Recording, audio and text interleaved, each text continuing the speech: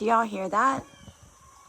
The chickens, the songbirds, everything around our farm is making this sound. And what we've learned over time is that is an indicator of one thing: danger.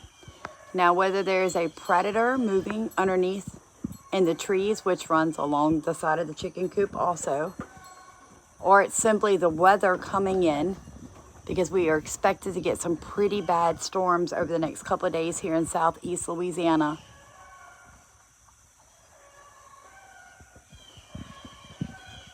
Everything's sending up warning sounds.